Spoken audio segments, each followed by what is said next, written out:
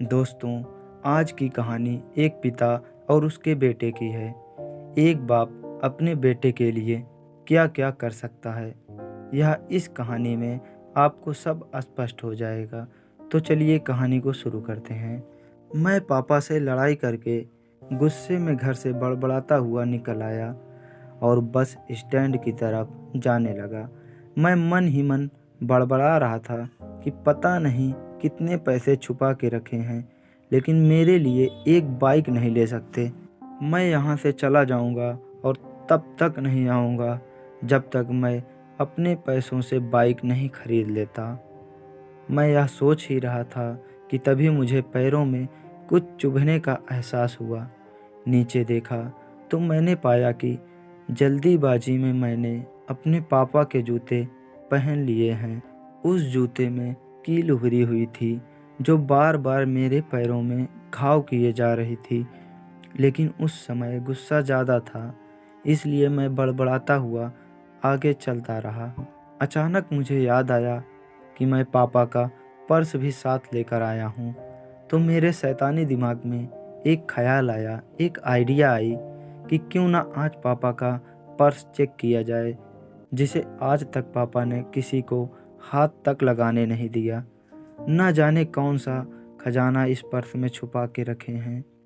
जब मैंने पापा के उस पुराने पर्स को खोला तो उसमें पैसे तो नहीं निकले, लेकिन पैसों की जगह एक छोटी सी डायरी रखी हुई थी। मैंने सोचा कि हो सकता है यहीं पर खजाना छुपा के रखा हो। ज़रूर इस डायरी में लिखा होगा कि किससे कितने पैसे लेने हैं या फिर किसको कितने पैसे पापा ने दिए हैं। लेकिन मैं गलत था। जब मैंने उस छोटी सी पुरानी फटी हुई डायरी को खोला तो उसके पहले पन्ने पर जो लिखा था उसे पढ़ने के बाद मेरे चेहरे पर जो खुशी की लहर थी वह एकदम से गायब हो गई, क्योंकि डायरी में ऐसा कुछ नहीं लिखा था जिसकी मैंने उम्मीद की थी। उस डायरी में पैसों का हिसाब लिखा हुआ था जो अलग अलग कामों के लिए अलग अलग लोगों से उधार लिए गए थे। उस सूची में पहले नंबर पर कंप्यूटर के लिए पैसे लिखे हुए थे, जो इस प्रकार लिखा हुआ था, 50,000 बेटे के कंप्यूटर के लिए।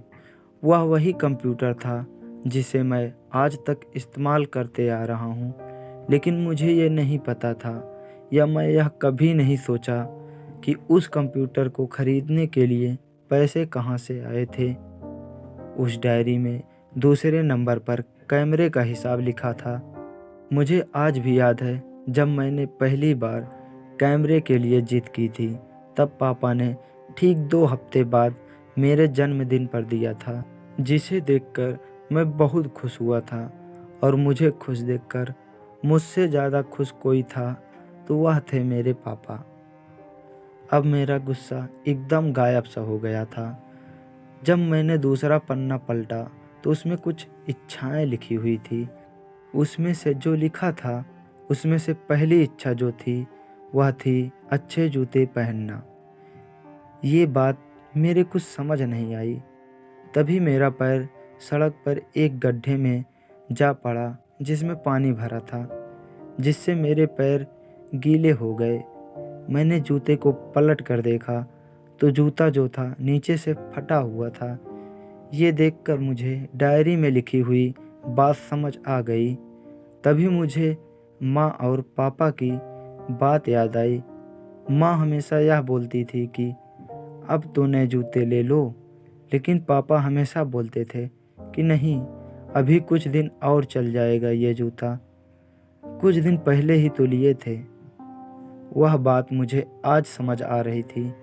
साथ ही साथ मुझे यह भी समझ आ रहा था कि पापा पर्स को क्यों छुपाए रखते थे। तभी उस डायरी को पढ़ते पढ़ते मैं बस स्टैंड पहुंचा और एक बेंच पर आकर बैठ गया। और अब उस डायरी का आखिरी पन्ना मैंने पलटा तो वहाँ कल की तारीख लिखी हुई थी और नीचे लिखा था 60,000 रुपये बाइक के लिए। मैंने बस इतना पढ़ा और मेरा दिमाग एकदम सुन्न सा हो गया। अब मेरे मन में कोई गिला शिकवा नहीं बचा था। आँखों से आंसू आ गए और मुझे समझ नहीं आ रहा था कि मैं रो क्यों रहा हूँ। अब मैं वहाँ से उठा और जल्दी जल्दी घर जाने लगा। जूते में लगी कील अब तक मेरे पैरों में काफ़ी घाव कर चुकी थी। मैंने तुरंत उन जूतों को उतारा और फेंक दिया। अब मैं नंगे पैर ही दौड़ते लड़खड़ाते भागा जा रहा था और घर पहुंचा तो देखा कि पापा घर पर नहीं हैं। मुझे समझ आ गया था कि पापा कहाँ गए होंगे।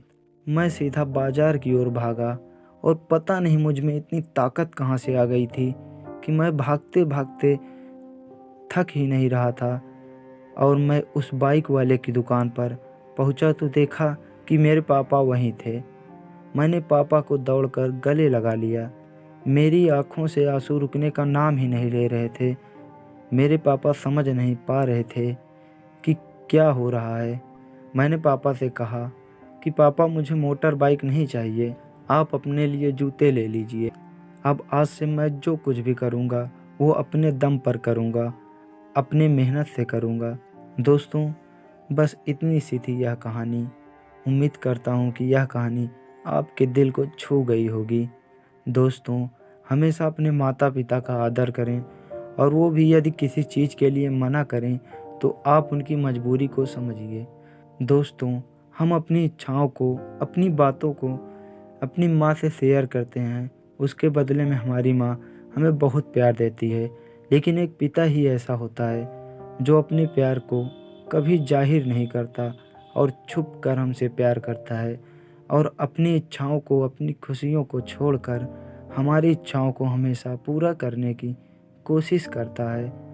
वह पिता ही होता है जो हमें गिरने पर उठाने की बजाय हमारे ऊपर से मिट्टी साफ करके हमें अपने से उठने का प्रयास करने के लिए प्रेरित करता है, हमें अपने पैरों पर खड़ा होने का रास्ता दिखाता है।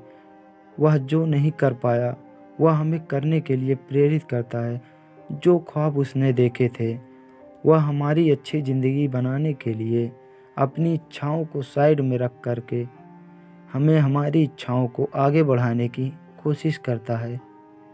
दोस्तों, फूल कभी दो बार नहीं खिलते, जन्म कभी दो बार नहीं मिलते। मिलने को तो हज़ारों लोग मिलते हैं, लेकिन हज़ारों गलती माफ़ करने वाले माँ बाप नहीं मिलते।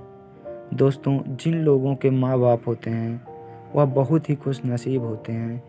उनसे पूछिए जिनके माँ बाप नहीं होते, वह माँ की प्यार को और पापा के दुलार को पाने के लिए तरस जाते हैं। इसलिए दोस्तों, अपने माँ बाप का ख्याल रखें और उन्हें हमेशा खुश रखें। तो मिलते हैं दोस्तों एक नई वीडियो में एक नई कहानी के साथ। तब तक के लिए हमें इजाज़त दीजिए। खुश रहिए, मस्त रहिए और अपने माँ बाप का ख्याल रखिए। और कहानी पसंद आए तो वीडियो को लाइक, शेयर और चैनल को सब्सक्राइब करना ना भूलें। धन्यवाद दोस्तों।